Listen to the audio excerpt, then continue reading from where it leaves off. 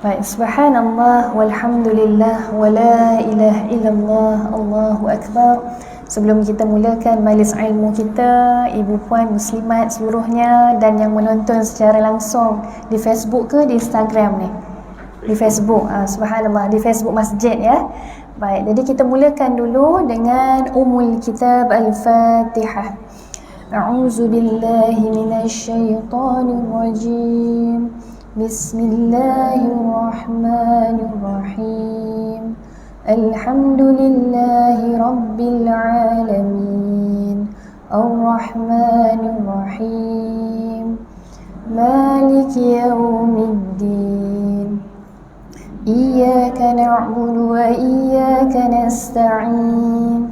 Ihdinas siratal mustaqim.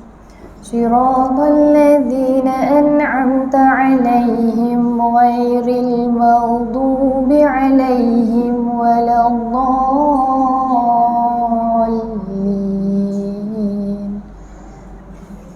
بسم الله الرحمن الرحيم. اللهم صل على محمد وعلى آله وصحبه وبارك وسلم.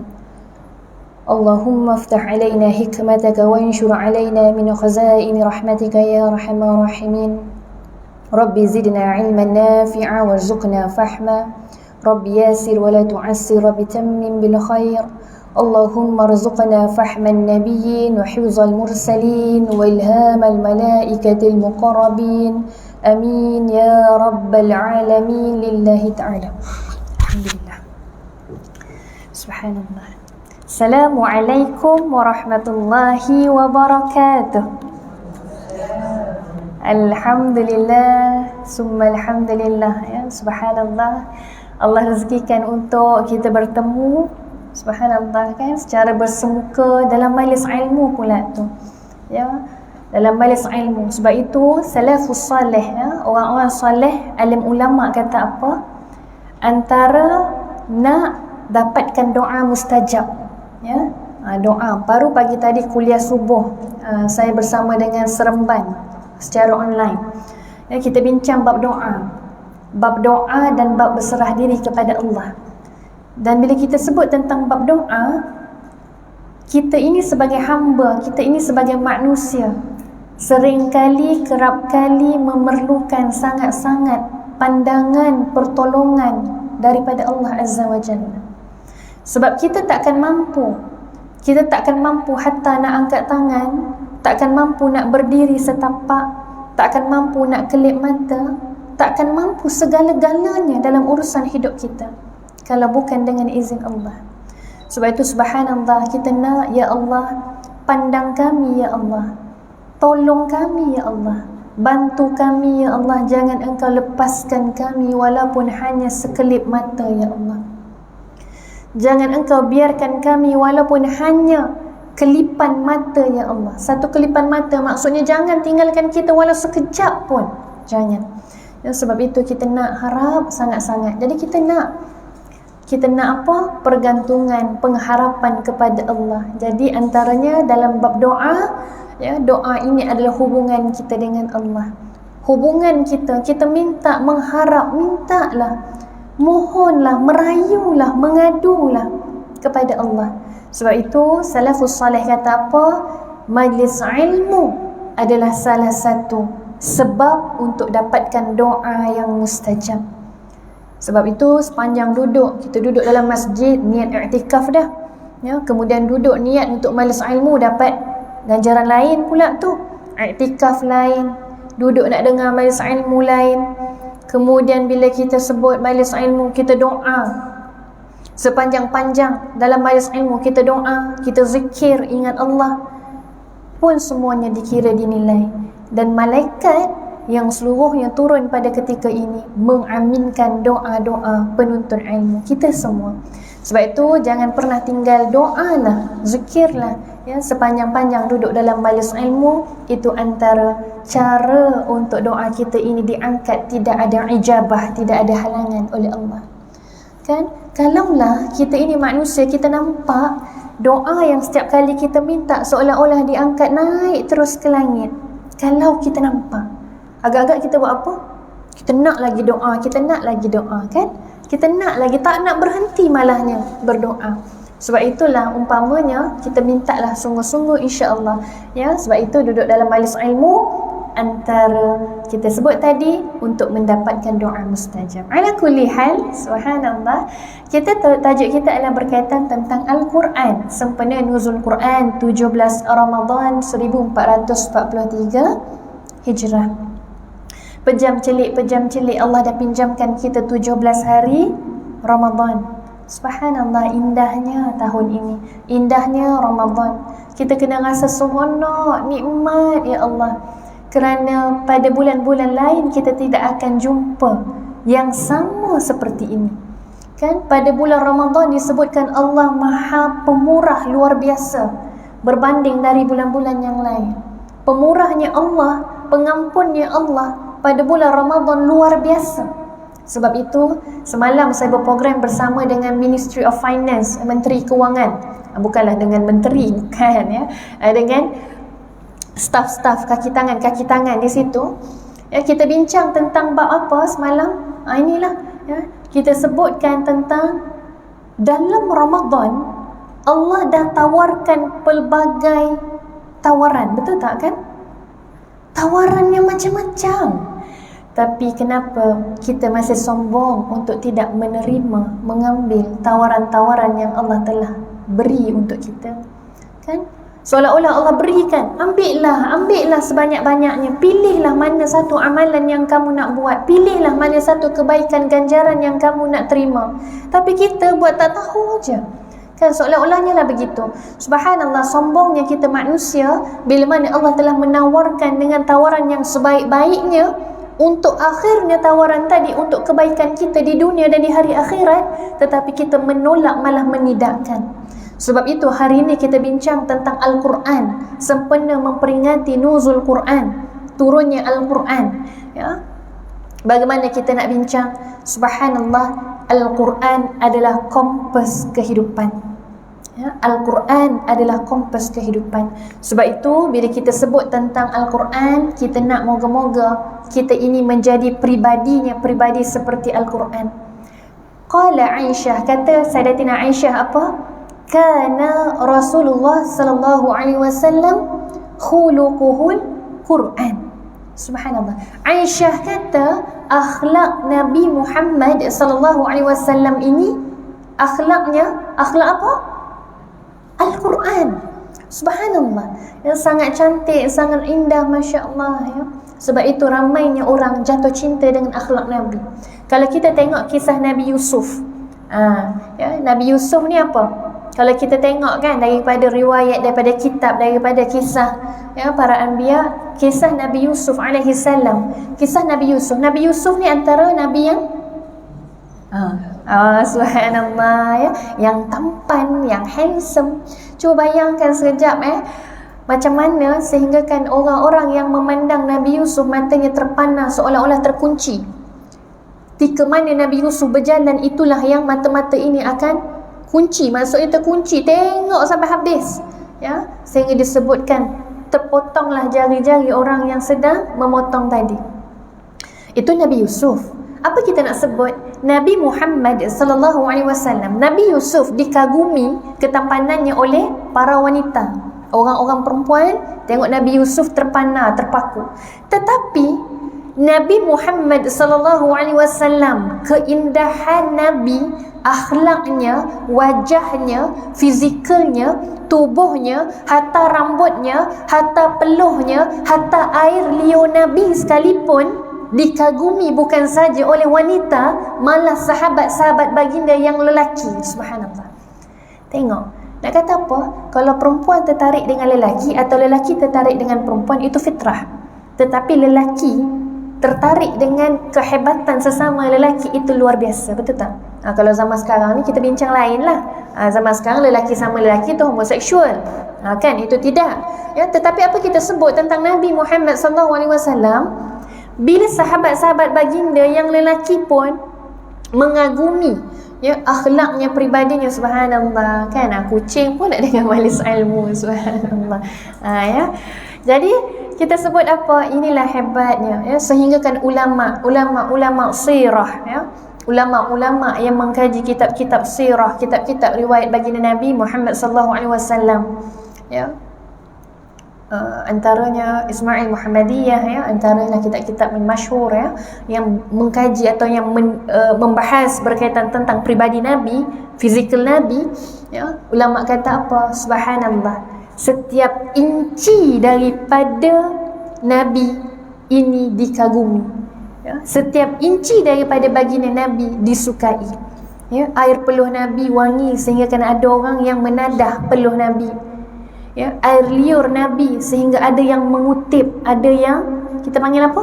Menadah pakai tangan, ya. Ada riwayat Nabi meludah, air liur Nabi, air ludah Nabi tidak sampai pun ke tanah. Kenapa? Sebab tak sampai ke tanah dah ada orang yang sambut. Subhanallah, ya. Subhanallah, subhanallah, ya. Sebab itulah, ya, bila kita sebut kita cinta Nabi, kita rindu Nabi, kita ini umat Nabi, kita nak berbalik-balik tadi, apa yang Nabi tinggalkan pada kita itulah panduan, ya. Mukjizat Nabi, panduan untuk kita kompas kehidupan. Tengok, ya, subhanallah, kalaulah tadi saya datang sini, saya dah beberapa kali juga berprogram di Semenyih ni, ya, tapi masuk sini di kampung Hulu Rincing, ya. Rincing ke terbalik? Oh, Rincing Hulu, ya. Rasanya ni baru pertama kali. Jadi cuba bayang kalau saya daripada rumah tadi, saya tak pakai map, saya tak pakai Waze, saya tak pakai Google ke sebagainya, agak-agak saya sampai ke tidak muslimat, ibu-ibu? Mau sampai ke ceruk mana tak tahulah, ya. Kod-kod kita kata tak payahlah pakai map, tak payah tengok signboard, tak sampai. Ya, saya pernah pergi program, nak jadi cerita, nak masuk tempat program tu tak ada line. Subhanallah, ya. Kawasan pedalaman ni kat Kelantan masa tu saya memandu. Sebab ketika itu suami dengan anak-anak duduk kat rumah atuk, ya, atuk di Kelantan, atuk suami, saya pergi tempat program sendiri. Maka bila memandu tu, ingatkan okeylah sampai tempat program, okey. Rupa-rupanya ada satu tempat tu line tak ada, ibu muslimat. Bayang, ya. Kita tengah elok-elok tengok maps ni, tengok Google ni, hilang line. Bayangkan tiba-tiba tak ada jalan. Subhanallah, saya kata macam mana dah lah kawasan-kawasan kampung ni selalu tak ada signboard. Ya Allah, waktu tu memang tawakkaltu ala Allah. Memang bertawakal sungguh-sungguh pada Allah. Nak telefon penganjur tak ada line, tak boleh telefon. Nak cari maps tak keluar. Subhanallah, tawakal. Malam waktu tu. Sebab itu tengok, bila kita tidak ada panduan, tak ada maps, tak ada signboard, kita akan sesat. Pastilah. Ya, pastilah kita sesat. Subhanallah, bila sesat apa yang berlaku? Kita terpinga-pinga, kita tercari-cari mana jalan yang betul, siapa yang boleh bantu, tak ada orang. Subhanallah. Tengok itu keadaan orang yang sesat.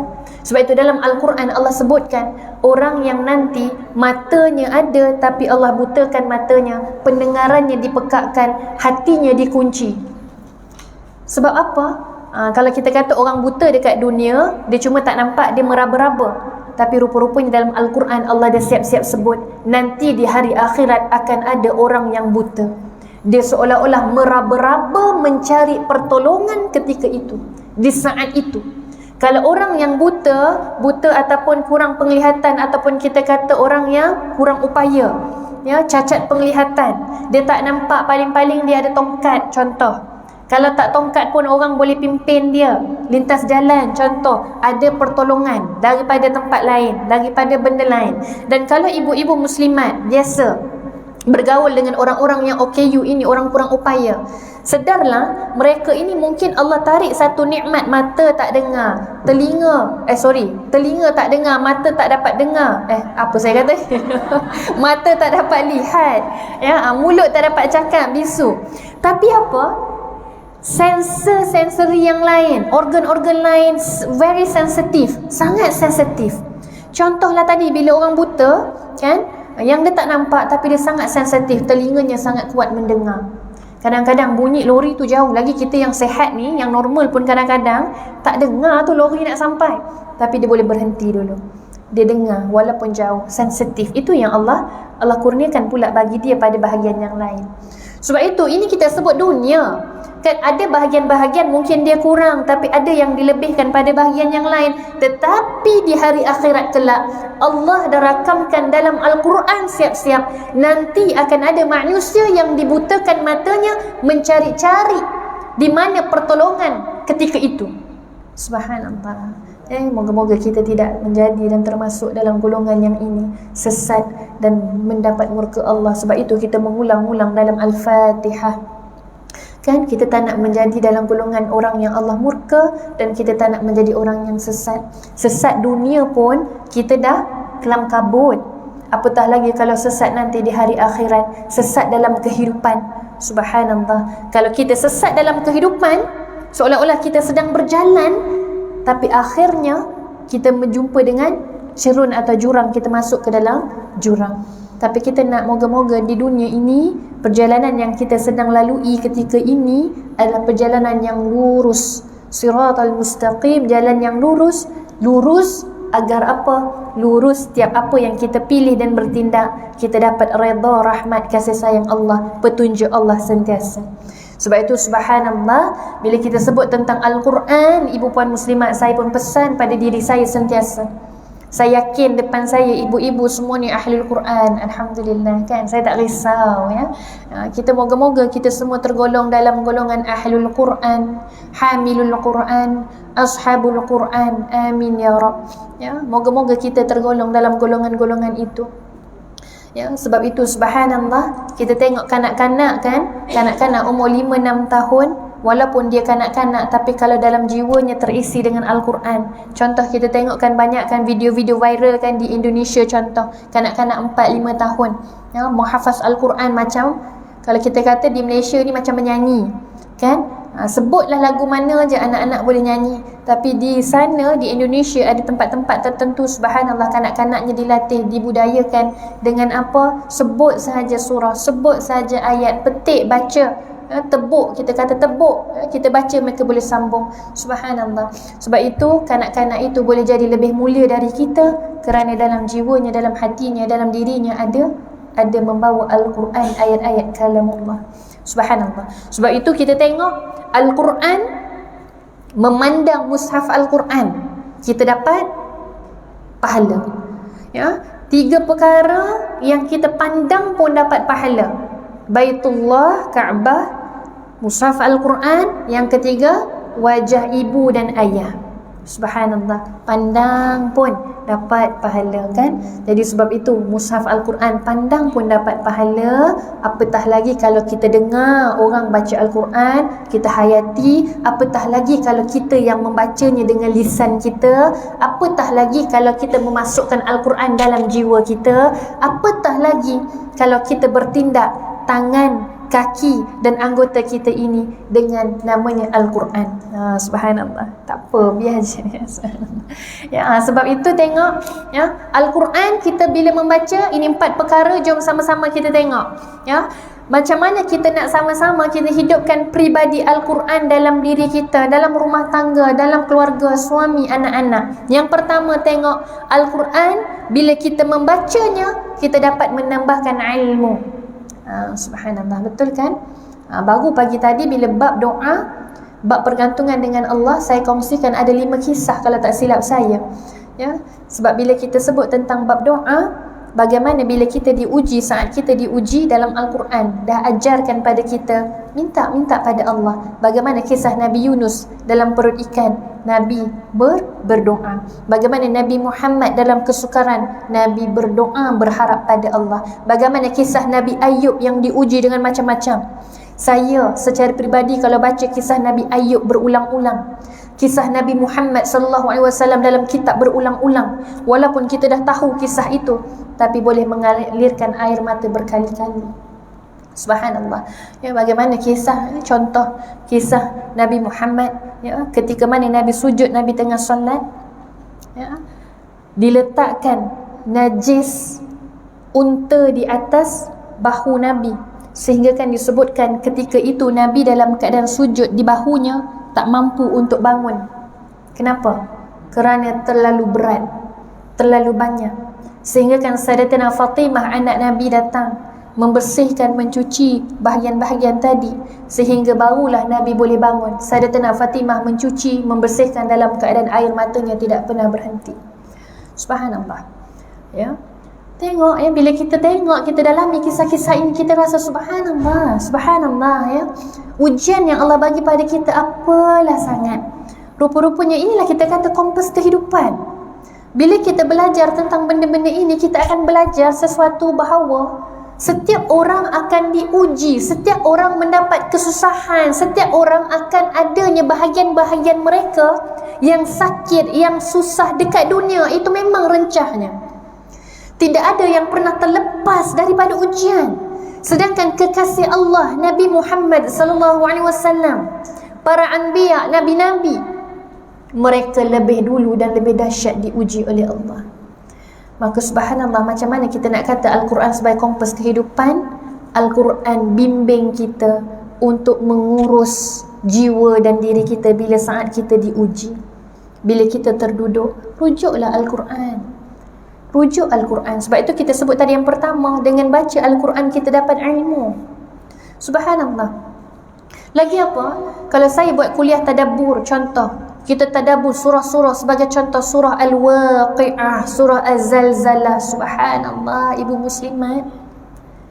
Surah Al-Waqi'ah, surah Az-Zalzalah, bila kita tadabbur, kita faham, tengok konteks terjemahan, kita faham, kita tengok, kita bawa dalam jiwa kita, kita boleh menggigil ketakutan.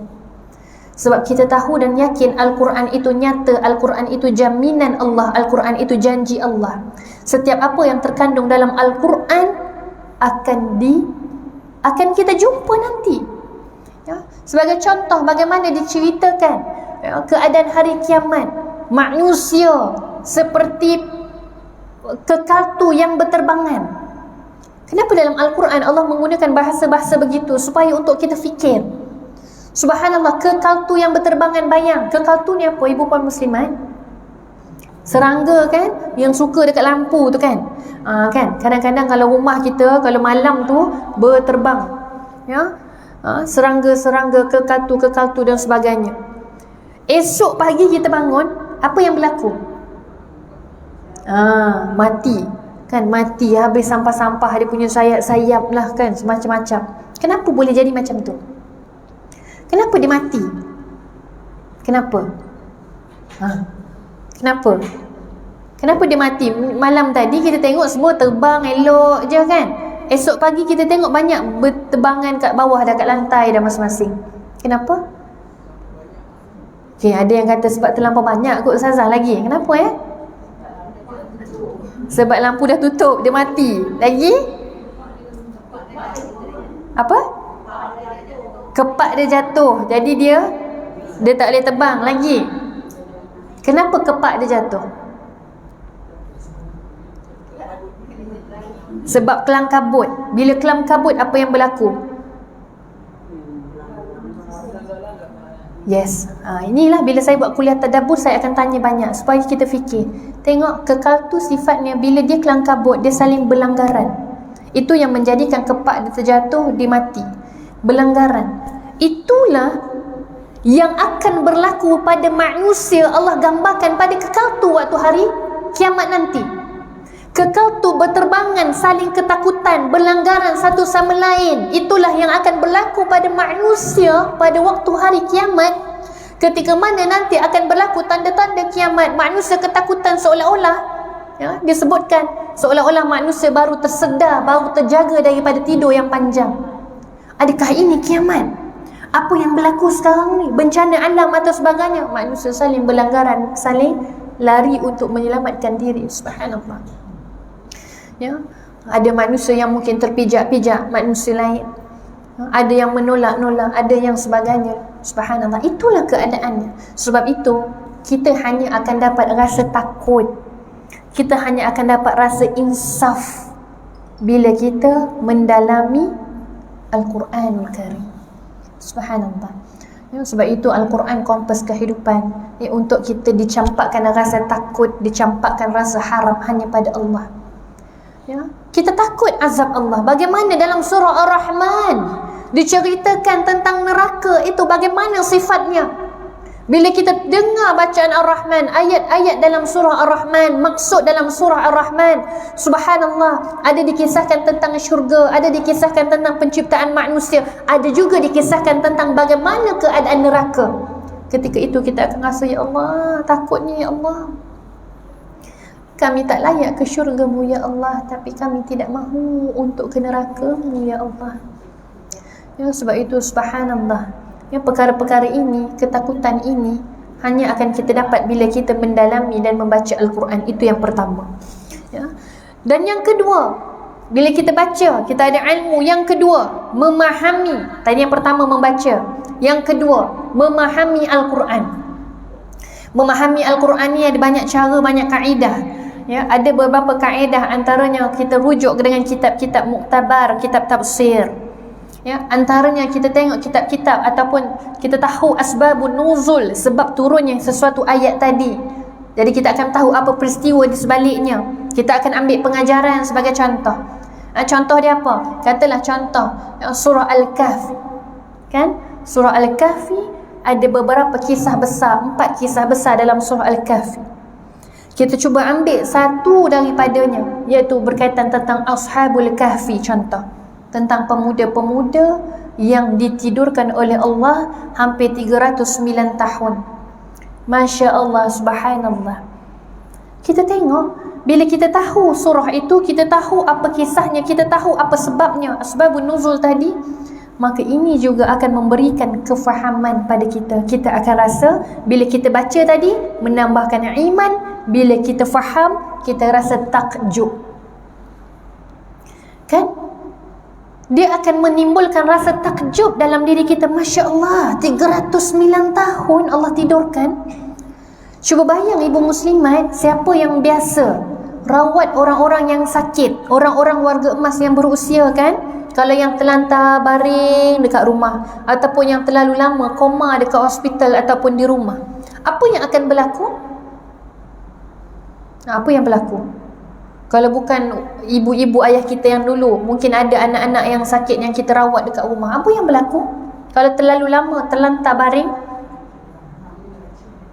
siapa jawab tu? Apa dia? Melecet. Yes. Belakang badan akan jadi melecet, kulit akan mengelupas, akan jadi satu luka yang besar di belakang. Sebab itu kita kena selalu balik-balikkan, letak lotion dan sebagainya, ya. Ada pula sekarang jual tilam yang jenis boleh bergerak supaya tidak statik, tidak baring terlalu lama, ya. Perkara itu boleh bantu untuk tidak tadilah luka-luka, mengurangkan luka. Tengok, disebutkan tentang ini. Ashabul Kahfi bukan tidurnya 3 bulan, bukan tidurnya setahun, ya. Tetapi 309 tahun yang ulama kata badan mereka seolah-olah mereka baru tidur semalaman, ya. Badan mereka segar, tidak ada luka. Mata, hidungnya tidak dimasuki dengan serangga-serangga kecil. Kita tahu kan, bila orang yang meninggal dunia, ya, ataupun ada bangkai-bangkai haiwan, kucing ke apa ke, yang akan datang cepat tu adalah semut. Semut lah, cacing lah dan sebagainya. Tapi tidak pada Ashabul Kahfi. Ashabul Kahfi dijaga oleh Allah sebaik-baiknya kerana mereka menjaga Allah. Aqidah, ya. Ulama tafsir kata apa? Ashabul Kahfi adalah pemuda yang lahirnya dalam keluarga bangsawan yang kaya, yang hebat, tetapi mereka memilih beriman pada Allah, taat pada Allah, dan mereka pergi untuk menyelamatkan diri daripada kaum ketika itu, masyarakat yang tidak menerima beriman pada Allah. Mereka menjaga Allah, malah Allah menjaga mereka jauh lebih baik. Matanya, hidungnya, telinganya tidak langsung dimasuki serangga-serangga dan haiwan. Subhanallah, Masya Allah. Sebab itu kita tengok, bila kita faham, kita rasa takjub, kan? Masya Allah, ini semua kuasa Allah. Jangan kita sebut lagi itu satu kisah baru. Dalam Al-Quran macam-macam kisah Maryam bintu Imran, ya. Macam mana Sayyidatina Maryam ataupun Maryam bintu Imran, ibunya kepada Nabi Isa alaihi salam, wanita suci yang beribadah dalam mihrabnya, tempat ibadahnya, tak pernah keluar, beribadah daripada kecil sehingga besar. Tapi tengok takjubnya, kita bila kita tahu dengan kuasa Allah, Allah mengizinkan seorang wanita suci mengandung seorang anak yang bakal menjadi pemimpin, menjadi nabi ketika itu. Subhanallah. Maka perkara-perkara inilah kita hanya akan dapat bila kita faham. Ada orang dia baca, sebab itu dalam Ramadan kita nak khatam Al-Quran, kita nak mengambil semangat salafus salih, ulama-ulama, Imam Asy-Syafi'i rahimahullah, mengkhatamkan Al-Quran 60 kali dalam bulan Ramadan. Imam-imam lain, ulama-ulama lain antaranya, mereka memfokuskan, mereka berhenti mengajar kitab-kitab lain, mereka fokus untuk Al-Quran sahaja dalam bulan Ramadan. Kita nak kejar khatam, sila, tafadhal. Tapi ini juga kita kena upgrade. Apa dia? Ada juga untuk faham Al-Quran. Faham macam mana? Secara mudahnya. Kadang-kadang kita baca lepas-lepas solat kan, baca satu muka surat, habis baca satu muka surat, tengok pula makna dan terjemahan. Sambil-sambil baca tadi, berhenti kejap, sebelum nak pergi muka surat sebelah, tengok terjemahan. Apa maksud yang kita baca, untuk kita faham. Subhanallah. Sebab itu ibu puan muslimat, bila kita faham, kita baru boleh menghayati dan menjiwai. Sebab itu kita tengok imam-imam besar, lagi-lagi Masjidil Haram kan, dalam solatnya, ketika solatnya kerap kali ada dalam beberapa ayat yang dia akan baca, yang dia akan menangis teresak-esak. Kita yang kat belakang ni pun, kenapa menangis ni? Kita pun menangis juga, sebab kita tak faham. Sebab itu bila kita faham, paling-paling tidak kita tahu, subhanallah, inilah ayat-ayat ancaman, ayat-ayat jaminan, ayat-ayat azab yang Allah berikan, jaminan azab, janji-janji yang Allah akan sediakan untuk orang-orang yang tidak beriman pada Allah. Kita akan rasa takut. Subhanallah. Baik, itu memahami. Yang ketiga, macam mana nak jadikan Al-Quran ini peribadi kita. Yang ketiga iaitu berpegang dengan Al-Quran. Sebab itu untuk Ramadan ini cuba kan, paling tidak kalau tadi kita kata baca satu muka surat, tengok terjemahan, itu yang pertama. Atau yang kedua, boleh juga ibu puan muslimat buat, mula dengan juzuk amma kan, daripada surah-surah pendek, juzuk yang ke-30, surah-surah pendek, tengok, baca dan cuba tengok makna. Kalau yang muda-muda, puan-puan muslimat yang muda-muda sikit ni, saya boleh sarankan untuk sekali hafal. Kan kadang-kadang kalau saya saran pada ibu-ibu ni, kadang-kadang ibu kata, alah ustazah, tak larat dah kami nak hafal lah ustazah. Tapi ibu-ibu sini hebat-hebat ni, boleh.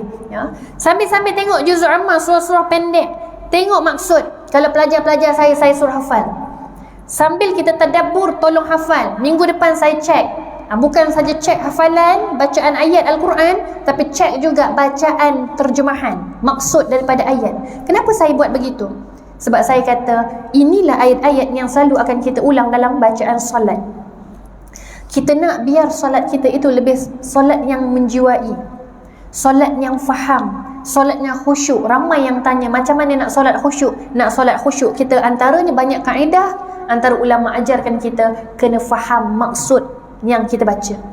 Hatta Allahu Akbar, Allah Maha Besar, Subhana rabbiyal a'la wa bihamdih, Allah yang maha suci, yang maha tinggi, dan segala puji bagi Allah. Itu pun bacaan-bacaan dalam solat pun paling tidak.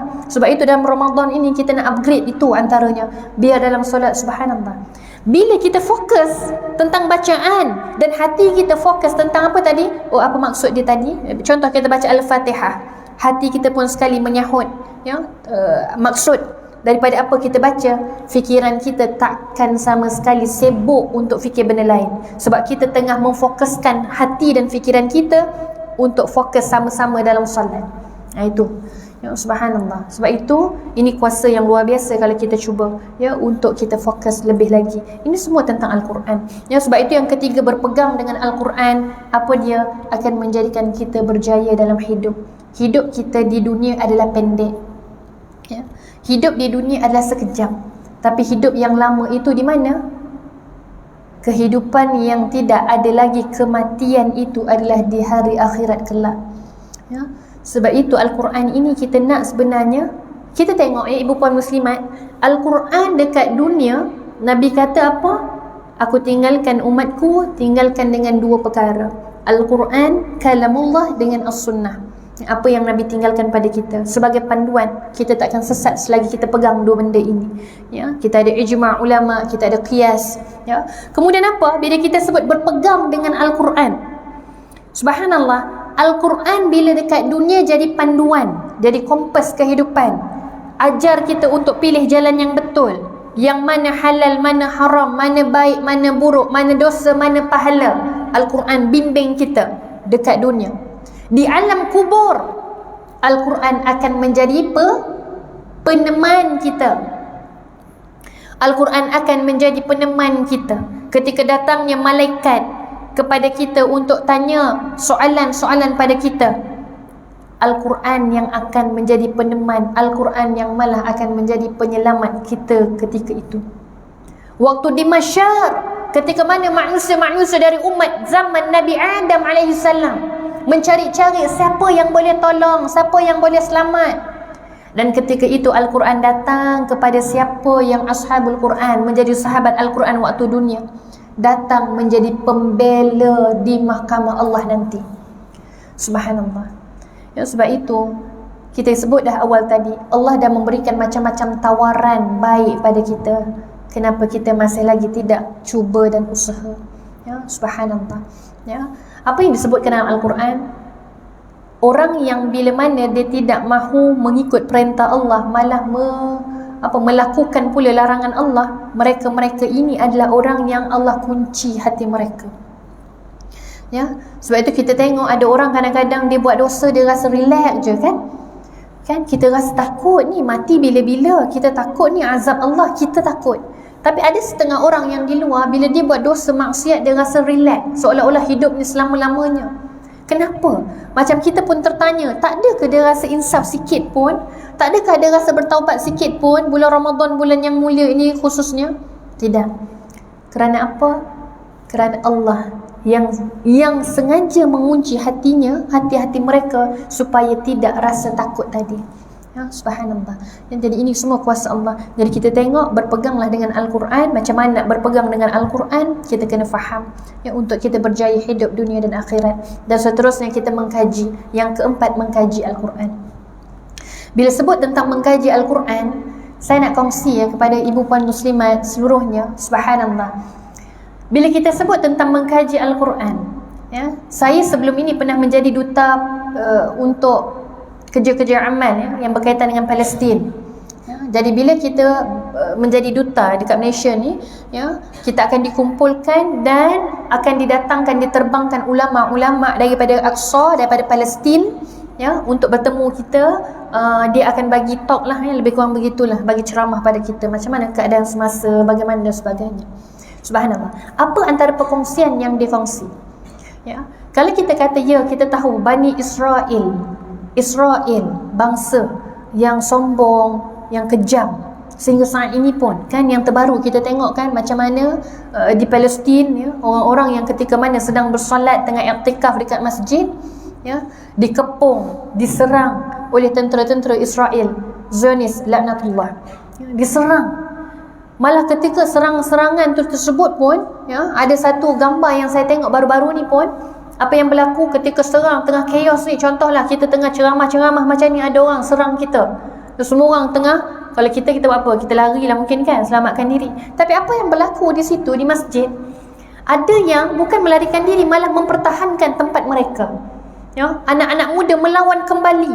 Dan ada pula yang warga-warga emas yang agak-agak sedikit tu, bukan mereka lari. Kalau kita baik lari balik rumah kan, selamat sikit.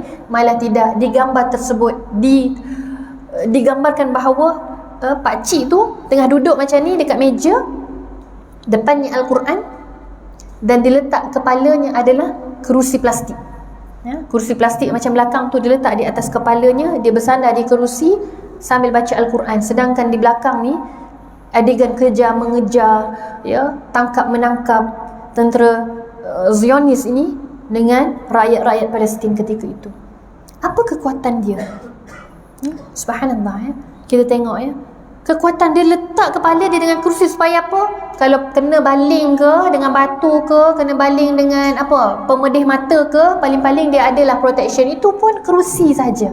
Dan dia boleh tenang, mukanya sangat tenang, sangat-sangat tenang membaca Al-Quran. Apa kekuatan dia? Ya, sebab itu bila kita kata ya Allah ya, mengkaji. Sebab itu saya nak cerita begini sebenarnya. Ulama antaranya ada, saya tengok subhanallah ya, nama siapa? Ya, ketika perkongsian dia kata begini ya. Israel memang jahat kan, kita tahu zalim, jahat. Tapi di tempat-tempat mereka, di penempatan masyarakat mereka, rumah mereka setiap satunya pasti akan ada wajib. Apa? Kismis, kurma, makanan-makanan sunnah yang Nabi amali. Maka subhanallah, daripada sudut kehidupan mereka pun mereka bersih dan sebagainya. Ya, sehingga kan ya, doktor ataupun prof ketika itu yang ulama tu menyebutkan begini pada kami. Subhanallah ya, dia ceritalah macam mana orang-orang Israel ni kehidupannya. Dia kata siapa yang lebih sunnah sekarang? Siapa yang lebih sunnah? Kami yang terdengar waktu tu kan kami macam terdiam. Subhanallah, kita pun kadang-kadang tak mampu nak buat semua kan. Apa yang Nabi ajar sebenarnya semua tu sangat sangat cantik, tapi kita tak mampu nak buat semua. Tapi kenapa Israel ya, masyarakatnya, orang-orangnya mampu nak ikut dan tiru? Sebab ini nombor 4 ni, mereka mengkaji ya. Mereka orang Yahudi, orang Nasara, orang Nasrani ya, mereka ini memang sangat anti dengan Islam, tidak beriman dengan Allah. Tapi apa? Mereka ambil Al-Quran, mereka ambil apa itu sunnah hadis Nabi Muhammad SAW, mereka kaji. Sebab itu jangan terkejut kalau saya kata ada di satu tempat di island atau di Iceland, nanti kita kena check balik ni ya. Ada satu tempat itu yang mereka buat apa? Rumah kebal anti kiamat. Subhanallah mereka buat rumah kebal anti kiamat, rumah yang betul di bawah tanah. Mereka buat macam-macam sistem keselamatan, dah wujud pun sekarang ni.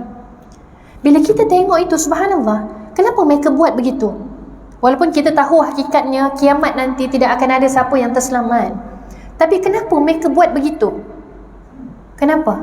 Sebab mereka mengkaji Al-Quran. Mereka tahu kiamat itu akan datang, kiamat itu akan wujud. Mereka mengkaji Al-Quran. Bagaimana pula dengan hadis Nabi? Contoh ya, dalam satu hadis Nabi menyebutkan tentang pohon ghargad. Siapa pernah dengar pohon ghargad? Tak pernah Kita kalau kat Malaysia yang famous sekarang ni apa Yang apa? Pokok apa yang, subhanallah, saya ni bukan pencinta pokok sangat ya. Pokok apa yang hijau? Apa orang panggil tu, subhanallah? Yang satu pokok, anak pokok pun dah berapa ratus. Pokok apa tu? Bonsai lagi? Kan saya pun tak tahulah. Yang adalah pokok tu subhanallah, emas, apa tah nama dia? Keladi. Keladi, betul lah tu sebab saya program kat Kelantan, ada seorang makcik ni, dia jenis pengumpul. Dia kata kalau dia pergi, dia kata ustazah, kalau saya pergi dekat tempat nursery jual-jual pokok ni, sepokok kecil macam tu pun dah 300, 200. Ni pokok keladi, betul lah tu. Subhanallah, pokok keladi itu kalau orang minat memanglah ya. Jadi apa kita nak sebut pohon ghargad ini banyaknya ditanam ketika ini di mana? Di Israel. Subhanallah, pohon ghargad. Cuba nanti cek Google, type ghargad. Ya, kenapa? Sebab dalam hadis Nabi Muhammad SAW, Nabi pernah sebut ketika mana nanti orang-orang Israel sedang berperang dengan orang kaum muslimin, tentera Islam, mereka menyorok di belakang batu seolah-olah mengatakan ini mereka di belakang kami. Soroklah di belakang mana, mereka tidak boleh menyorok ketika itu. Tetapi apa? Inilah sebut kecuali pohon ghargad ini. Maka subhanallah, banyak dari tanam di Israel. Ini tengok, rupa-rupanya mereka beryakin, mereka percaya apa Nabi cakap, tapi mereka tak nak beriman kerana sombongnya mereka. Mereka rasa mereka lebih hebat, mereka merasakan bangsa mereka hebat, mereka merasakan keimanan atuk nenek mereka yang lama-lama itu hebat. Subhanallah. Ini sebab itu subhanallah, subhanallah. Inilah kita sebut macam mana musuh Islam pun mengkaji Al-Quran, mengkaji As-Sunnah. Kenapa kita orang Islam sangat selesa, sangat terbiasa hanya cuma cukup membaca? Sebenarnya tak cukup. Kita kena faham Al-Quran. Sebab itu saya pernah menghadiri Satu, berbicara, ya, dialog ni maksudnya dalam tempat tersebut adanya orang Islam, Muslim, kita berdialog dengan agama-agama lain, ya. Ada Kristian, ya, Buddha, ya. Dialog ini lebih kepada ilmiah lah, dialog ilmu, dialog kita kata diskusi ilmu ketika itu, dialog agama, perbandingan agama. Jadi subhanallah, masya Allah, orang-orang yang berbangsa lain yang beragama Kristian, Hindu, Buddha, ya, mereka kira pangkat, kalau kita ni tok imam kita lah kan, kan, kalau kat masjid, kat surau kita ni tok imam lah. Kalau pangkat mereka ni kiranya macam sami lah kan, begitu, ya. Mereka, sehingga kan kalau kita kata tentang Al-Quran, mereka tahu, malah kadang-kadang mereka boleh sambung ayat yang kita baca. Subhanallah, ya, itulah. Ya, sebab itu subhanallah, subhanallah, ya. Kita kadang-kadang bila tengok macam tu, kita rasa risau kan, ya, risau pada diri sendiri, pada anak-anak kita, pada keturunan kita. Macam mana keadaan Al-Quran dalam keluarga kita, ya, subhanallah. Kalaulah kita, saya suka ibaratkan beginilah, Al-Quran ataupun agama ini ibarat pintu. Saya nak tanya ibu puan muslimat depan saya, ada tak yang rumah dia ni tak berpintu? Ya. Ustazah, kami memang jenis buka je, Ustazah, senang tetamu nak masuk, ataupun senang kami nak masuk, tak payah nak selak-selak pintu, tak payah nak tutup-tutup pintu, senang keluar masuk. Ada tak? Kok lah sini ada rumah yang tak ada pintu? Ada? Tak ada kok, tengok masjid pun pintu macam-macam banyak ni, keluar kilir, yang sekeliling ada pintu. Kadang-kadang pula rumah kita bukan setakat pintu, ada apa? Grill. Ada grill mangga besar gini tu, ya. Untuk keselamatan Ustazah, baik.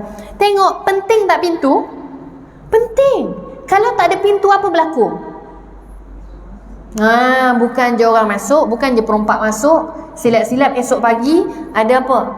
Harimau depan pintu. Boleh jadi, kan? Subhanallah, silap-silap bangun tidur, sebelah ada ular tedung, contoh, ular sawa, contoh. Inilah kita katakan, pintu ni penting. Kita tahu pintu, ibaratnya nak kata wajib ada pintu di rumah. Walaupun tidak ada hukum, tak ada dalilnya, ya, tapi itu adalah perkara yang boleh membantu kita untuk menyelamatkan diri kita, nyawa kita daripada mudarat, ya, maqasid syar'iyah kita, ya. Sebab itu apa yang saya nak kata, nak ulasnya, macam mana kita rasa pintu di setiap rumah itu penting, di setiap bangunan itu penting, macam itulah kita kena rasa Al-Quran itu sangat penting dalam setiap rumah. Kalau rumah tak ada pintu, macam-macam bahaya boleh masuk. Kalau Al-Quran tak ada dalam jiwa keluarga anak-anak kita, mudahnya bahaya untuk menyerang masuk ke dalam jiwa anak-anak, malah kita sekalipun. Subhanallah. Ya, sebab itu tolong kita sama-sama slot in, isi masa. Ya, Ramadan ini memberi kita banyak masa sebenarnya untuk kita dekat dengan Al-Quran. Sangat-sangat perlu, sangat-sangat perlu. Sebab itu nanti, dalam kitab-kitab akhir zaman, Imam Al-Qurtubi antaranya bahas banyak tentang bab-bab akhir zaman ini. Disebutkan apa? Akhir zaman nanti, sehinggakan manusia nanti, mereka tak tahu solat, mereka tak tahu baca Al-Quran, mereka hanya boleh menyebut beberapa perkataan sahaja, itu pun dah dikira beriman kepada Allah. Nak katanya, ya, akhir zaman nanti itu yang akan berlaku. Ya, subhanallah, akhir zaman nanti itu yang akan berlaku. Ya, sebab itu kita tak nak, ya, inilah kita sebut Al-Quran, ya, mushaf Al-Quran. Al-Quran boleh hancur, betul tak, kan? Al-Quran boleh hilang, betul tak? Mushaf Al-Quran boleh hancur, boleh hilang. Contoh banjir, boleh hancur, hanyut dengan air banjir. Contoh rumah kebakaran, Al-Quran pun boleh hancur, hangus kebakaran. Itu mushaf fizikal Al-Quran. Tapi kalau Al-Quran itu ada dalam jiwa, yang dibawa ke mana-mana, tidak akan pernah dapat dilupuskan. Sebab itu subhanallah, bagaimana kita sebut kekuatan orang-orang masyarakat di Palestin, ya, kekuatan mereka sebab mereka ibarat Al-Quran yang sedang bergerak, Al-Quran yang berjalan, Al-Quran yang berada di mana-mana. Ya, mereka boleh membaca Al-Quran tanpa memegang mushaf Al-Quran sekalipun. Sebab itu saya, kalau kita tak mampu dalam tahap itu, tak apa. Paling-paling tidak apa yang kita sebut tadi, kita belajar untuk faham apa yang kita baca, itu pun sudah cukup baik untuk pada peringkat awal. Ya, Sebab itu subhanallah, subhanallah. Ya, inilah antaranya kita nak sebut ya. 4 tadi, membaca, menambahkan ilmu, faham ayat Al-Quran, memberikan kita rasa takjub, rasa kagum dengan kuasa Allah, berpegang dengan Al-Quran, memberikan kita bahagia, berjaya dunia akhirat. Dan bila kita mengkaji Al-Quran, kita akan bertemu dengan rahsia-rahsia yang Allah simpan, yang Allah beri pada kita untuk kita tahu. Ya, subhanallah. Dan akhirnya adalah apa? Keyakinan. Ya, berbalik-balik tentang yakin. Yakin kita. Ya, subhanallah. Jadi untuk untuk khulasah, ya, untuk kesimpulan sebelum saya buka sesi soal jawab, ya, saya bacakan satu hadis. Hadis ini agak panjang ya. Tak apa, kita sambil-sambil tu insya-Allah. Ya, kita tengok berkaitan tentang hadis yang kita tengok maksudnya, kita ambil pengajaran, kemudian saya buka soal jawab insya-Allah. Baik. Dalam hadis ini subhanallah, ya, baginda Nabi Muhammad sallallahu alaihi wasallam bersabda, diriwayatkan oleh Sayyidina Ali karamallahu wajhah. Qala an-nabi ama inni qad sami'tu Rasulullah sallallahu alaihi wasallam yaqulu. Okey. Mendengar Sayyidina Ali kata-kata Nabi, ala innaha satakunu fitnah. Faqultu mal makhraju minha ya Rasulullah? Qala kitabullah fihi naba'u ma kana qablakum wa khabaru ma ba'dakum wa hukmu ma bainakum wa huwa al-faslu laysa bil hazli man tarakahu min jabbarin qasamahu Allah wa man ibtagha al-huda fi ghayrihi adallahu Allah wa huwa hablullahil matin wa huwa az-zikrul hakim wa huwa as-siratul mustaqim هو الذي لا تزيغ به الأهواء ولا تلتبس به الألسنة ولا يشبع منه العلماء ولا يخلق على كثرة الرد ولا تنقضي عجائبه هو الذي لم تنتهي الجن إذ سمعته حتى قالوا إنا سمعنا قرآنا عجبا يهدي إلى الرشد فمنا به من قال به صدق ومن عمل به أجر ومن حكم به عدل ومن دعا إليه هذا إلى صراط مستقيم فزها إليك يا أعوار. Baik, subhanallah ya. Dalam hadis yang ini bagi Nabi Muhammad sallallahu alaihi wasallam menyebutkan apa? Kita tengok maksud ya, mafhum daripada hadis ini. Maksudnya, Sayyidina Ali karamallahu wajhah berkata, ketahuilah aku pernah mendengar, sami'tu, mendengar Rasulullah sallallahu alaihi wasallam bersabda, ketahuilah sesungguhnya akan berlaku fitnah. Ya, Nabi menyebutkan akan berlaku nanti fitnah. Maka Sayyidina Ali tanya pada Nabi, apakah jalan penyelesaian bagi menghadapi fitnah ini ya Rasulullah? Maka Nabi menjawab, berpeganglah kepada kitab Allah. Ya. Kerana di dalamnya terkandung cerita golongan yang sebelum kamu dan cerita tentang perkara selepas daripada kamu. Apa maksudnya?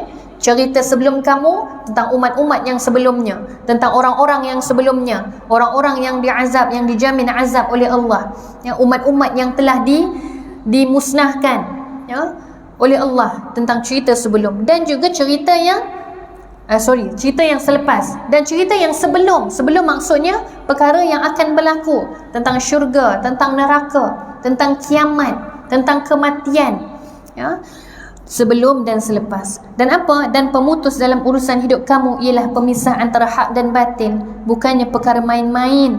Semua sesiapa yang meninggalkan disebabkan bongkar angkuh, nescaya Allah akan binasakan. Subhanallah. Dalam hadis ini Nabi kata apa? Sesiapa yang meninggalkan peringatan, apa yang telah Allah ingatkan dalam Al-Quran, apa yang telah Allah ceritakan dalam Al-Quran tentang perkara-perkara yang akan datang, perkara-perkara yang sebelum ni pun, siapa yang menidakkan maka dia itu adalah bongkar angkuh, maka Allah akan binasakannya.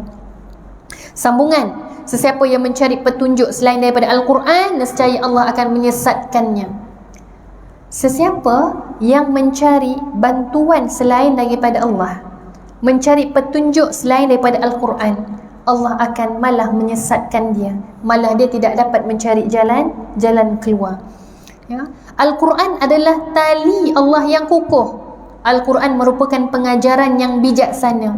Al-Quran adalah jalan yang lurus. Al-Quran yang mana nafsu tidak akan menyimpang daripada kebenaran dengan mengikutinya, dan tidak berat bagi lidah orang mukmin menyebutkannya. Betul kan? Subhanallah. Sebab itu tengoklah seluruh dunia. Al-Quran ini walaupun dalam bahasa Arab, kita kata orang Arab ni lagi mahir, lagi pakar, tapi tengok seluruh dunia, bangsa-bangsa yang lain. Kita ni orang Melayu okey lagi lah, lidahnya lembut. Tengok bangsa negara-negara lain, Ethiopia, tempat-tempat lain kan, yang lidahnya agak keras, bangsanya agak kasar dan sebagainya, masih juga boleh membaca Al-Quran dengan baik. Sebab itu Al-Quran ini boleh mudah disebut, dijadikan mudah disebut, dan ia tidak menjadikan seseorang jemu disebabkan banyak ulang bacaannya. Betul kan? Walaupun tengok kita ulang-ulang baca Al-Fatihah, setiap kali kita baca rasa seronoknya, terbuai-buai. Lagi-lagi kalau kita faham, lagi-lagi kalau kita faham, kita rasa, ya Allah, pimpin kami ya Allah, bantu kami ya Allah. Dan keajaiban Al-Quran tidak akan berakhir.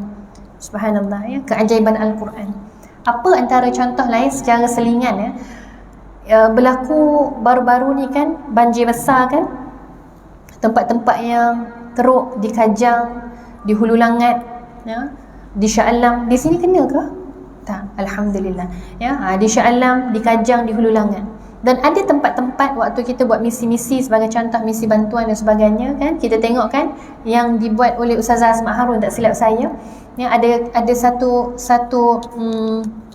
rumah muslimat, seorang ibu yang dia letak Al-Qurannya di meja, Al-Quran yang dia selalu baca di meja. Semua yang diparas atas daripada meja tu semua terkena air. Tetapi bila air surut, Al-Quran tadi kering daripada kulit ke kulit. Kering, tidak tercemar langsung. Walaupun dia letak pada tempatnya, boleh terkena air. Itu satu kisah. Ada pula yang lain, banjir juga. Subhanallah, Masya Allah, ini kisah yang lain. Rumah dia kan, kalau kita kata banjir ni mestilah air masuk kan. Walaupun kita tutup pintu pun, air masuk lalu dekat bawah pintu. Contoh, akan penuh juga dalam rumah. Rumah dia banyak bilik. Nak jadi ceritanya, bilik sebelah dengan bilik sebelah. Bilik sebelah bilik tidur, habis hancur. Bilik sebelah adalah bilik solat. Kering sekering-keringnya. Berlaku di Malaysia, muslimat. Subhanallah, ini kita kata, inilah keajaiban-keajaiban kan, disebut tadi keajaiban Al-Quran tidak akan berakhir. Subhanallah. Kita tengok benda-benda begini, kita akan rasa subhanallah, insafnya kan, keajaiban apa lagi yang kita nak kan? Takkanlah kita nak jadi kaum-kaum orang musyrik yang ketika zaman Nabi dulu meminta-minta Nabi buktikan, wahai Muhammad, buktikan pada kami, berikan bukti pada kami, tunjukkan kebenaran. Mereka meminta-minta Nabi bagi, tapi akhirnya mereka tetap menidakkan untuk beriman pada Allah. Adakah kita nak jadi kaum yang sebegitu, yang banyak mempersoal tetapi akhirnya keimanannya tidak juga meningkat? Na'udzubillah min zalik, kita minta jauh Dan itulah kita sambung, itulah Al-Quran yang mana jin tidak menunggu lama untuk menerima kita ke mendengarnya, sehingga mereka berkata, sesungguhnya kami telah mendengar Al-Quran, yakni sebuah kitab suci yang susunannya dan kandungannya sungguh menakjubkan, kitab yang memberi panduan ke jalan yang betul, lalu kami beriman dengannya. Kita tahu jin pun ada jin Islam, ada jin kafir.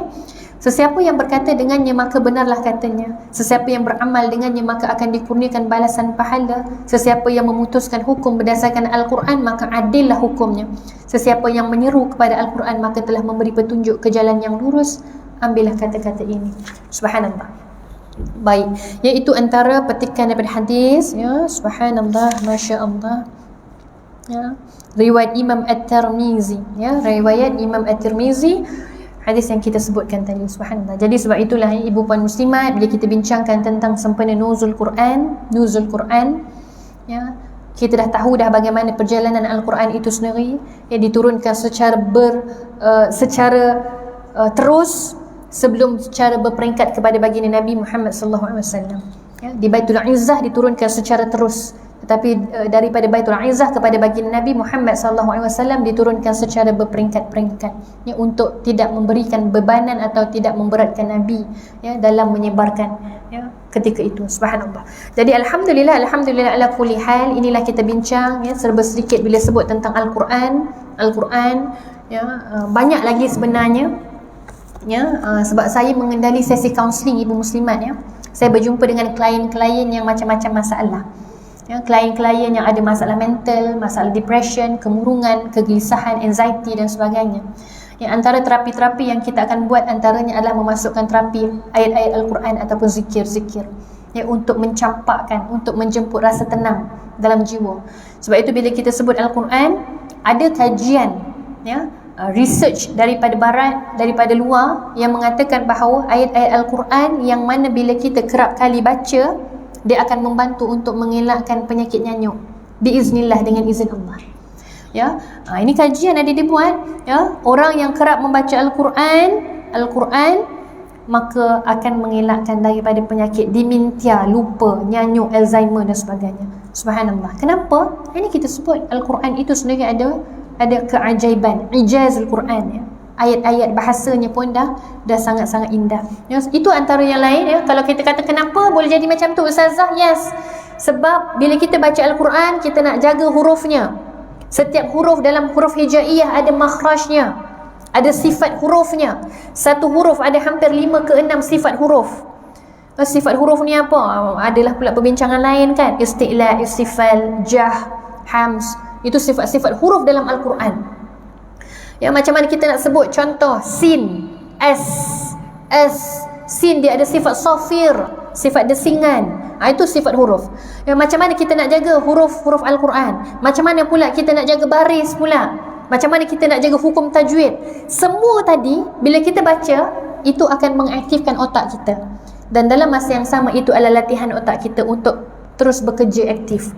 Ya, sebab itu kita tengok kajian, banyaknya orang-orang atau warga emas khususnya, ya, yang sudah pencen, ya, orang-orang warga emas yang pencen kerja. Sebab itu kita tengok orang nyanyuk ni tidak bermula daripada umur yang muda kan. Biasa yang dah 60, 70, 80. Kenapa? Sebab bila dia dulu dia bekerja, dia sibuk, dan bila dia dah berhenti, dia pencen, ya, masa jadualnya dah berubah. Ya, bila masa berubah, jadualnya dah berubah, jadi apa?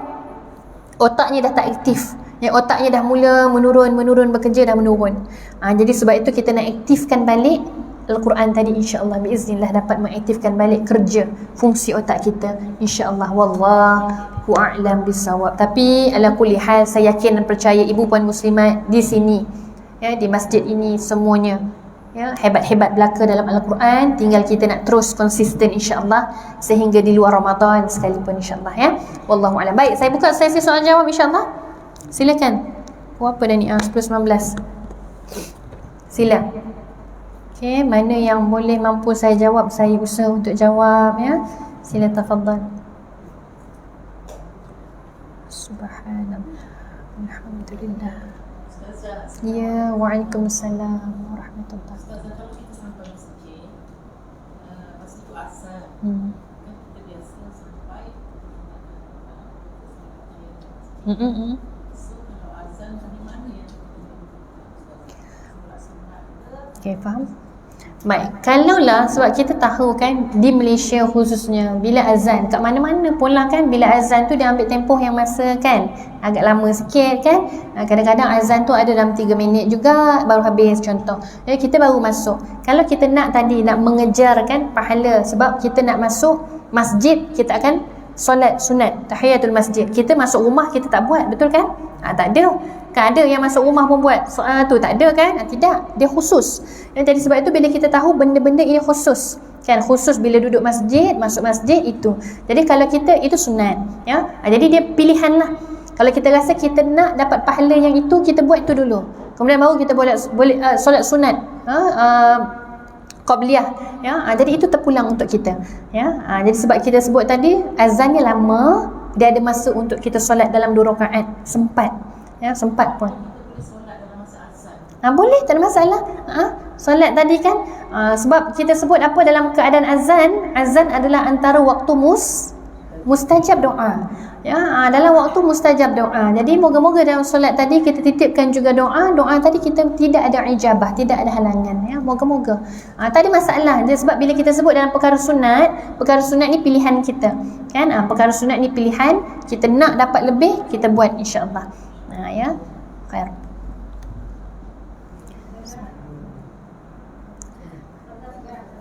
Assalamualaikum warahmatullahi. Okey. Okey, faham? Okey, macam mana adab kita dengan Al-Quran, ya. Subhanallah. Al-Quran ini Kita nak baca, dia nak jaga adab, ya, kita nak pegang dia, kita nak jaga adab, apatah lagi kita kata kita nak lupuskan dia, ya. Sebab itu kalau kata dekat rumah tu ada Al-Quran yang lama, kadang-kadang dah kena makan anai kan, Al-Quran yang jenis lama-lama tu kan, sampai kan dia punya kertas pun dah berterabur, kita nak lupuskan boleh, ya. Bakar dengan satu tempat, dekat tempat yang spesifik kan, contoh kat luar tu kita dah tahu ini kita nak bakar, kemudian abu tadi kita ambil dan kita tanam. Itu lebih baik, ya, untuk kita memuliakan balik, ya. Dan pastikan bila kita bakar tadi, kita kata habislah, ya. Tidak ada lagi lah keratan-keratan, contoh ada lagi pula kalimah Allah yang tersisa sebagainya. Yang pastikan kita bakar dan kita ambil abu tadi dan kita tanam, ya. InsyaAllah moga-moga itu pelupusan Al-Quran, ya. Subhanallah. Tapi saya rasa kalau sekarang pun kalau kata tak buat sendiri, kadang-kadang ada setengah tempat yang dia mengumpul Al-Quran lama dan dia tolong lupuskan. Cubalah cari kan, kumpul, contohlah masjid, ya, kata bagi tahu dekat tuan pengurusi ke kan, bagi tahu kat AJK Muslimat, kami ni beberapa orang ni ada Al-Quran lama kat rumah, kita nak kumpul, boleh tak kita cari satu tempat, tolonglah arrange, ya, pihak masjid tolong bantu arrange, jadi muslimat ni tinggal hantar kat masjid, masjid akan uruskan pula proses yang lain, ya. Ya, apa pun Al-Quran atau kitab-kitab agama sekalipun, ataupun buku-buku yang kita tulis sekalipun, itu pun sama kaedahnya. Ya, kitab-kitab, contoh kitab-kitab anak-anak kita dulu kan, belajar-belajar pondok, belajar-belajar sekolah agama, sekarang ni dah besar dan mungkin tak pakai, dah tak jadi rujukan mungkin. Jadi perkara-perkara itu kita buat macam tu juga, cara pelupusan. Sebab kita yakin dalam kitab-kitab itu semua ada kandungan-kandungan ayat-ayat Al-Quran, ayat-ayat suci yang kita nak muliakan balik tadi kan. Cara pelupusan pun kena ada cara dan kaedah, ya. Wallahu a'lam. Baik. Waalaikumsalam warahmatullahi wabarakatuh.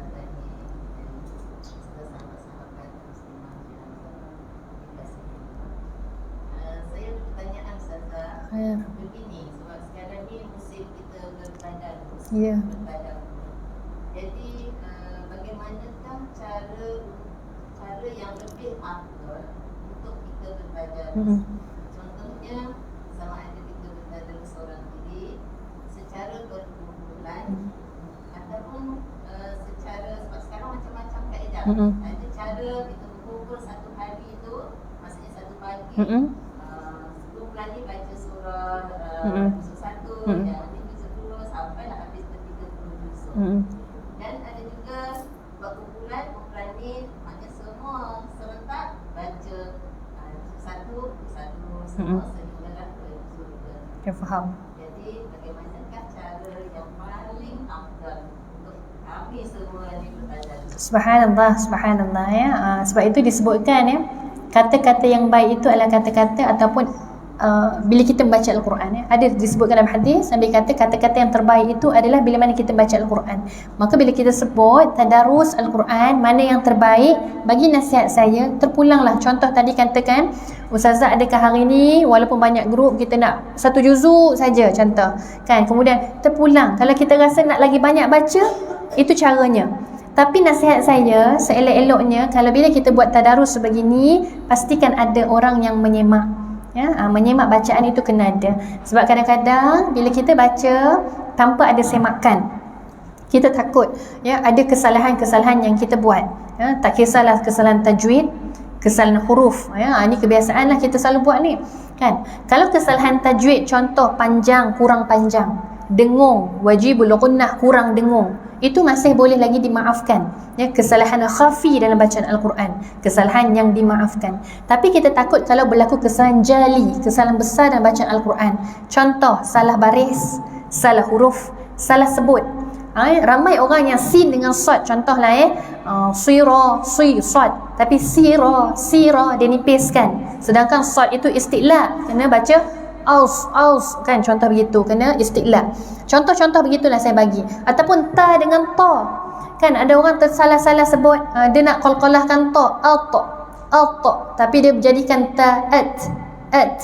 Ta tu hams, keluar angin, ada at, tapi dia bunyi huruf lain pula, contoh begitu. Jadi bila kesalahan-kesalahan begitu boleh jadi kesalahan jali, kesalahan besar. Sebab apa? Dia menukar pula huruf, kan. Jadi itulah, jadi secara ringkasnya ikutlah mana kesesuaian ya para muslimat semuanya ya. Kalau lagi banyak baca itu lagi bagus sebenarnya kan.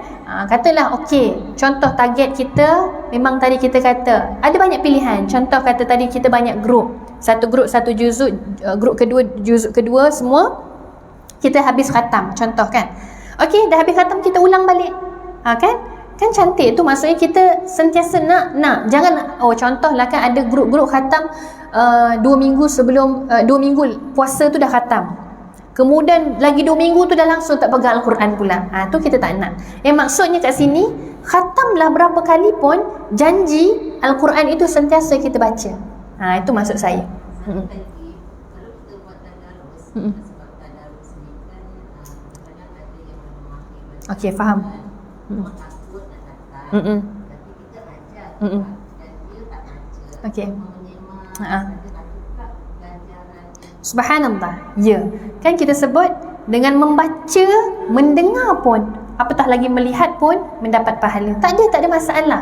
Dan sebab itu ibu-ibu muslimat jangan bimbang ya. Ramai juga pelajar-pelajar saya pun yang masa awal-awal nak belajar Al-Quran, ya Allah tunggal langgang, salah banyak. Tapi saya kata jangan putus asa. Belajar. Selagi mana kita hidup, belajar. Terus. Ada kata ustazah lidah kami dah keras, gigi dah tak ada, nak sebut sin pun susah. Sebab makhraj sin, ujung lidah di belakang gigi. S. Zai, sofir, zai, ujung lidah di belakang gigi. Az, dia kena ada getaran, tu ada sofir. Dah tak ada gigi tak boleh sebut. Jangan risau kan, ikut baca ketika itu ikut kemampuan kita.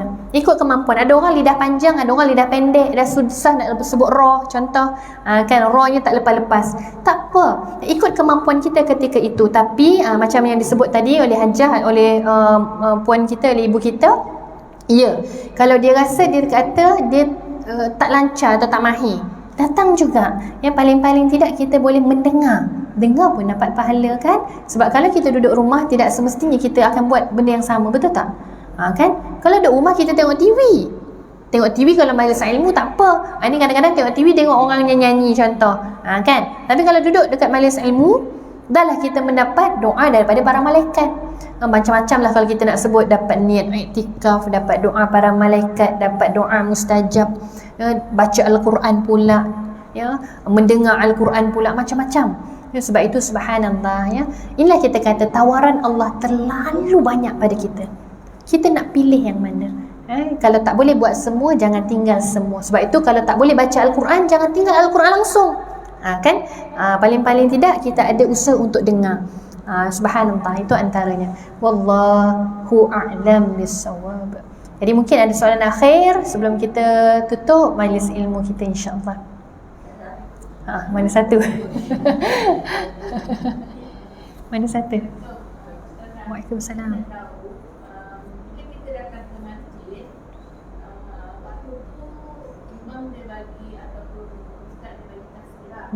So kita terus buat solat sunat. Kita dengar tazkirah ataupun kita terus buat solat sunat. Okey, subhanallah. Kan macam kita sebut tadi kan, bila kita masuk je, contoh tazkirah kat sini kan, buatlah kat penjuru sana, orang tak nampak kan. Contoh dah habis tu duduklah. Kan tak ada masalah sebab kuliah selalunya makan masa yang lama kan. Ataupun ada pula kata ustazah hari ni saya tak naklah buat solat sunat, saya nak terus dengan kuliah, terpulang. Sebab tadi kita sebutkan solat sunat. Sunat ini adalah pilihan kita nak buat untuk menambah pahala kita, ganjaran kita. Dia bukan wajib.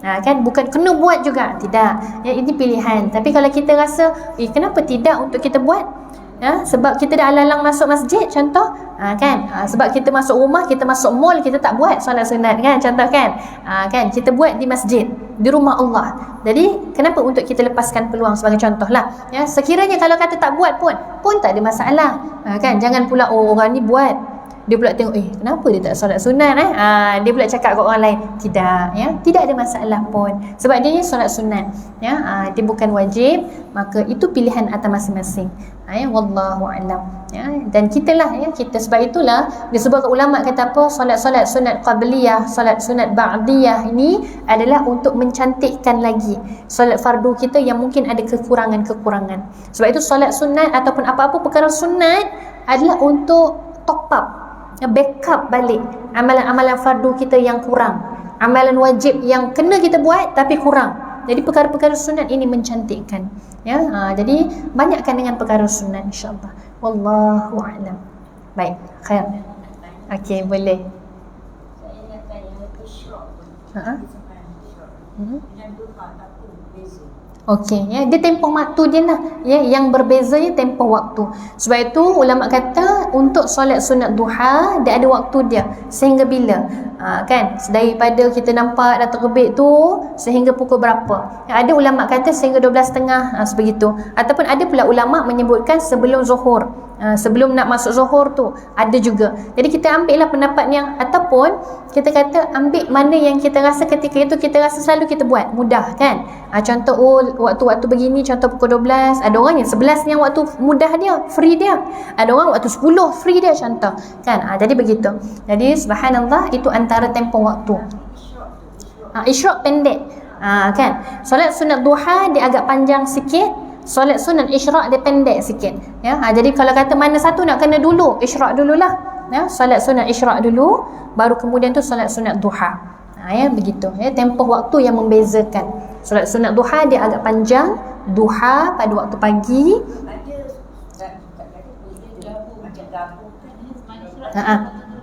Okey, nak menggabungkan dalam erti kata buat empat rakaat lah, kan, dua-dua, begitu.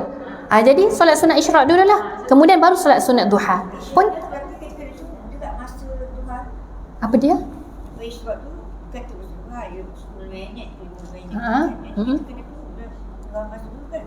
Itulah sebab tu saya kata kita tengok macam mana waktu yang kita nak buat tadi, kan. Kalau rasa awal sangat lagi, isyraq dulu, kita gapkan sikit baru duha. Tapi kalau kita rasa waktu ni dah macam cantik dah ni di pertengahan, kan, di antara isyraq dan duha, kita gabungkan 2 rakaat dulu kemudian 2 rakaat duha pun tak ada masalah, kan. Jadi sebab tu kita kata tengok tempoh waktu kita, tengok kebiasaan kita tadi, kan. Wallahu a'lam.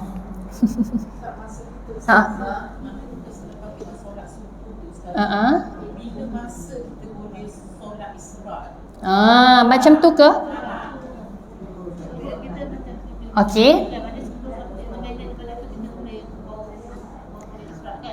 Betul, ada masa lah sebelum. Okey, sebab tu kita kata tadi duha ni dia daripada bermulanya, kita kata daripada duha, ya, daripada nak naik tadi tu sehingga dalam jam sebelum ke tengah hari, ya. Ada ulama kata begitu, sebelum zuhur begitu, ya. Jadi kalau katalah kita tadi macam kita nak mana kita mudah, kan, kita nak terus gabung. So sebab lepas ni kita nak buat urusan lain. Contoh, kan, 2 rakaat isyraq dulu, kemudian 2 rakaat duha. Ada pula orang yang dia nak buat isyraq dulu, kan, kemudian nantilah baru duha. Itu terpulang lah, ya, terpulang. Okey, faham. Pukul berapa? Okey. Okey.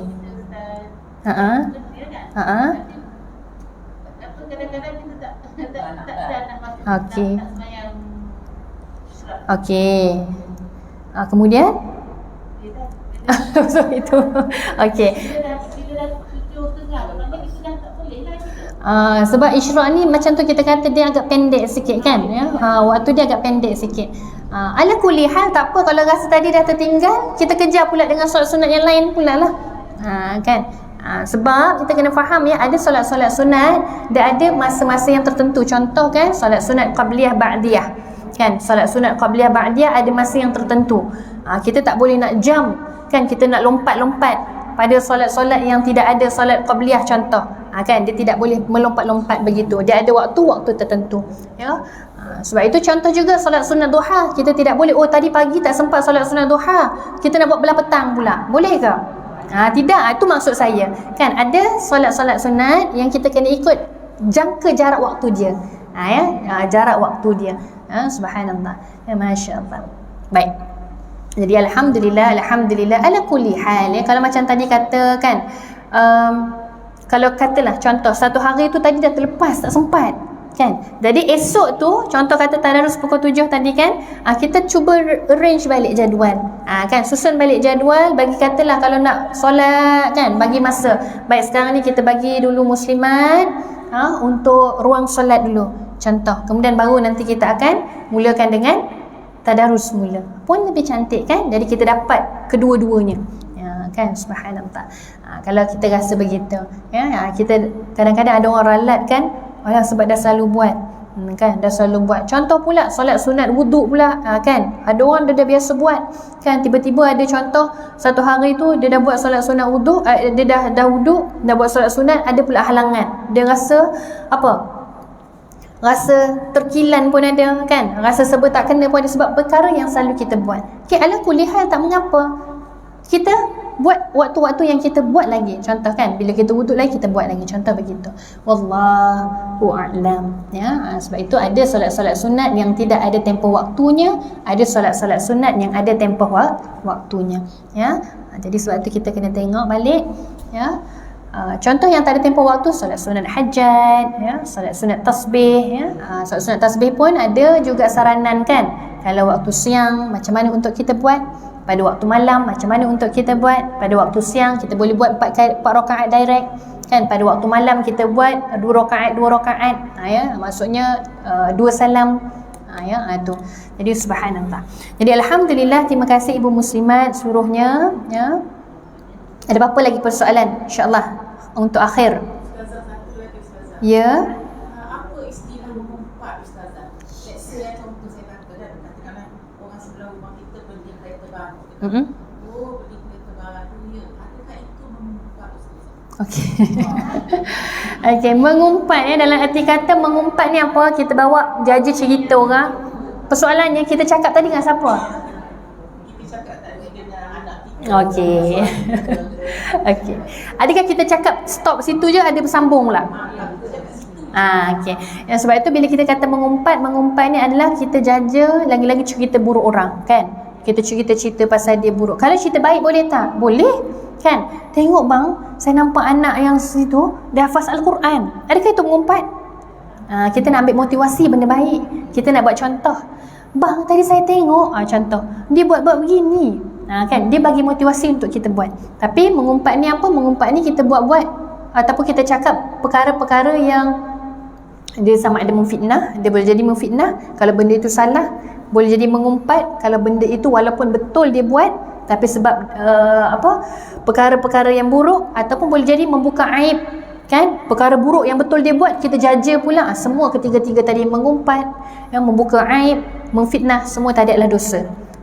Semua dosa. Tapi kalau tadi kata cuma setakat cakap, oh bang dia beli, tapi kena tengoklah kan, kalau kita stop terus tak apalah, kan. Kalau kita bersambung pula kan, kita sambung, oh baru keluar duit KWSP lah tu, contoh pula kan.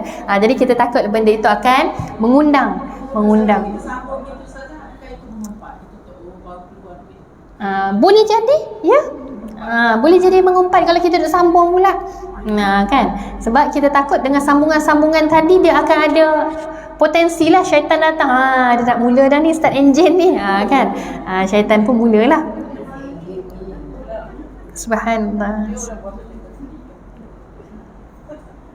Okey, ada apa-apa persoalan?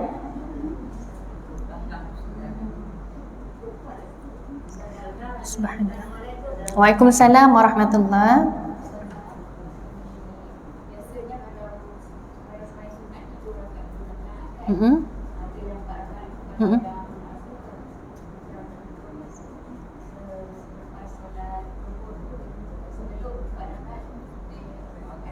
Okey,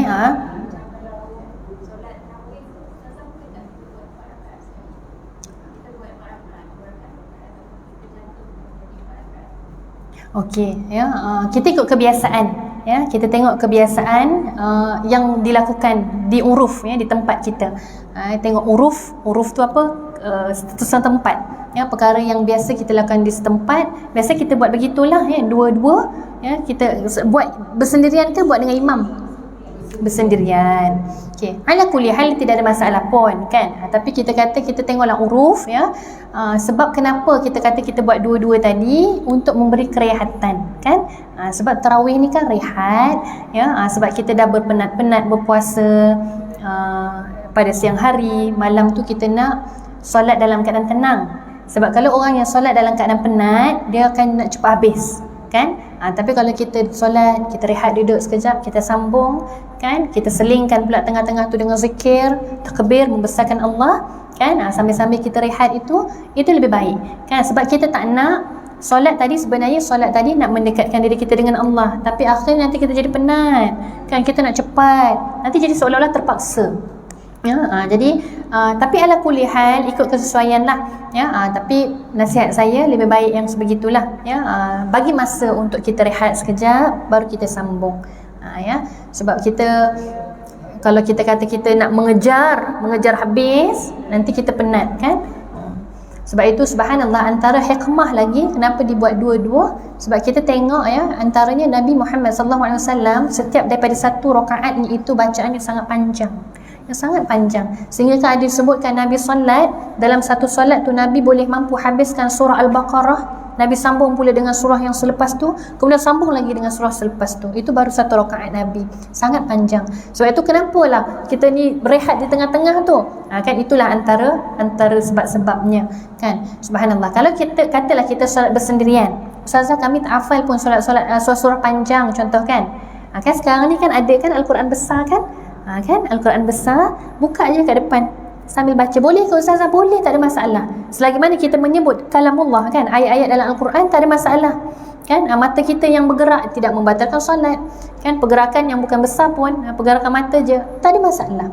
Jadi begitu. Jadi kalau kita rasa kita solat sendiri tu, kita nak tadi, kan, solat tarawih, solat mendapat kerehatan, sambil-sambil kita beribadah di malam hari, kerana di siang hari kita dah penat dalam beribadah, mengurus amal soleh yang lain pula, kan? Wallahu a'lam bissawab. Subhanallah. Baik. Subhanallah. Subhanallah. Okey, tak ada, ya? Baik, alhamdulillah ala kulli hal. Subhanallah. Jadi kalau tak ada apa-apa lagi persoalan, ya, terima kasih, ya, terima kasih kepada ibu muslimat seluruhnya, insya-Allah. Moga-moga, ya, Allah berikan kita kefahaman yang jelas. Sebab itu kita doalah banyak-banyak, Rabbi zidna ilman nafi'a, ya Allah tambahkan ilmu bermanfaat bagi kami, ya Allah. Warzuqna fahman, ya Allah berikan kami kefahaman, ya, moga-moga. Sebab apa? Ilmu ni kita boleh dapat kat mana-mana, kita boleh dapat bila-bila, kita boleh dapat dari siapa. Tapi apa bezanya? Kenapa ilmu tu cepat hilang? Kenapa ilmu tu tak melekat? Kenapa ilmu tu kita tak faham? Semua itu kerana asbab daripada Allah. Yang bagi faham, yang bagi kita beramal dengan ilmu, semua kerana Allah. Jadi minta balik pada Allah, ya Allah, moga dengan ilmu ini kami dapat manfaatnya, ya Allah. Ya, sebab kalau bukan dengan izin Allah, kita dah bincang tadi, kan, semua pun kita tak dapat nak lakukan untuk diri kita sendiri. Wallahu alam. Jadi terima kasih untuk ibu puan muslimat, insya-Allah. Jadi untuk persoalan macam tadi, kan, kalau kata AJK Masjid lepas ni, kan, ada lagi untuk program tadarus katalah, kan. Jadi kita dah tahu, dah susun, kan, maksudnya untuk solat sunat isyraq tu macam mana, ya, untuk bagi peluang pada rakan-rakan, kan. Sebab kita tahu solat sunat isyraq adalah 15 minit selepas waktu syuruk, kan. Jadi kita tahu dah waktu tu, kan, kita anggap, kemudian kita bagi dulu peluang, kita solat, ya, kemudian baru kita mulakan dengan tadarus. Wallahu alam. Jadi alhamdulillah ala kulli hal, terima kasih semua, ya. Maaf salah silap daripada saya, semua kesalahan, kelemahan itu daripada saya. Ilmu semua daripada Allah Azza wa Jalla, Allah yang berkehendakkan, ya, untuk kita sama-sama mendapat ilmu manfaat, insya-Allah bersama dunia akhirat. Amin. Baik, alhamdulillah, saya rasa cukup setakat ini saja dulu. Saya sudahi dengan sekian, wabillahi taufiq wal hidayah. Wassalamualaikum warahmatullahi wabarakatuh. Insya-Allah moga kita berakhir dengan Ramadan menjadi manusia yang terbaik pada pandangan Allah. Amin ya Rabb. Saya serahkan semula pada pengacara majlis. Silakan. Terima kasih Ustazah Dayu atas tazkirah yang diberikan. Dan takut masa saya menjemput Hajar Ismail untuk beri kata penutup, seterusnya menyampaikan cerita lah kepada Ustazah. Subhanallah.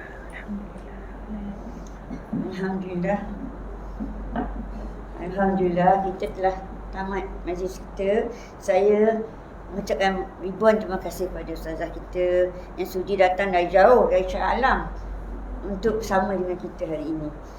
Dan semoga ilmu dan pencerahan diberi oleh ustazah itu manfaat kepada kita. Semoga kita dirahmati Allah dan mendapat keberkatan. Dan juga saya ingin mengucap terima kasih kepada kawan-kawan saya yang datang ni, sahabat-sahabat syurga saya. Mungkin dengan datangnya awak semua ni memeriahkan lagi kita punya majlis. Apalah kita tanpa awak semua kan. Subhanallah. Sekali lagi ustazah, saya mengucapkan terima kasih ustazah. Alhamdulillah. InsyaAllah ada masa kita jumpa lagi. InsyaAllah. Dan saya dengan rendah diri nak bagi Okey, subhanallah. Boleh saya bangun. Subhanallah. Alhamdulillah. Baik, ambil gambar. Nanti hantar kat saya. Boleh saya bagi ustaz. Boleh. Subhanallah. Alhamdulillah. Ya